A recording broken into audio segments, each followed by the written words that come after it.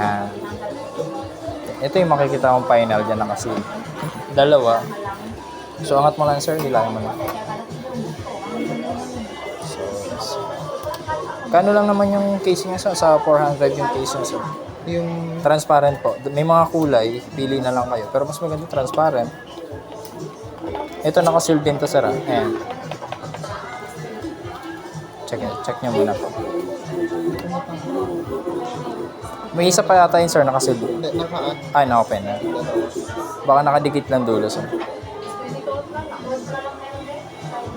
May isa pa. Ayan. Ayan. Ayan, inclusion niya. Ayan yung cable. So, ito yung unit. Sige sir, ilapag mo na para baka malaglag. malaglag, hindi pa nagagana. Hindi ko natanggalin. Pwede po. Kahit sirahin mo na yun. Sige sir. Dala nyo na rin yung unit sir, no? Gagamitin nyo na rin.